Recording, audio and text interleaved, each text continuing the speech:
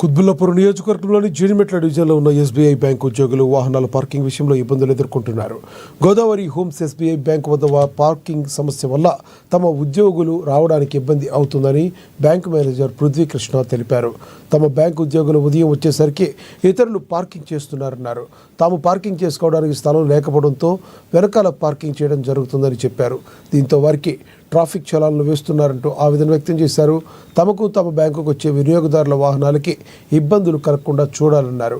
ఈ సమస్యకు శాశ్వత పరిష్కారం చూపాలని traffic ACP GHMC commissioner bank manager Prithvikrishna కోరారు.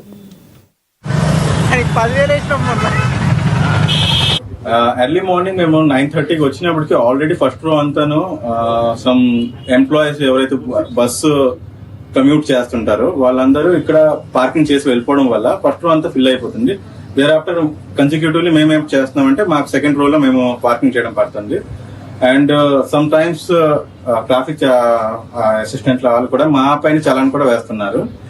అండ్ అదే రిక్వెస్ట్ మన ట్రాఫిక్ ఇన్స్పెక్టర్లు అందరికీను, ఫస్ట్ రో అట్లీస్ట్ 9:30 వరకు ఎవరైతే పార్కింగ్ చేస్తున్నారో వాళ్ళకి ఇరేగేట్ చేయగలిస్తే అండ్ బ్యాంక్ పార్కింగ్ ఒక వేరే సపరేట్ చేసుకొని వస్తే మేము అందులో పార్కింగ్ చేయడానికి ఒక చిన్న రిక్వెస్ట్ మా తరపు నుండి. మేము బ్రాంచ్ తీసే లోపలే వేరే వాళ్ళు వచ్చేసి పార్కింగ్ చేస్తున్నారు మా ప్రెమిసెస్ లో.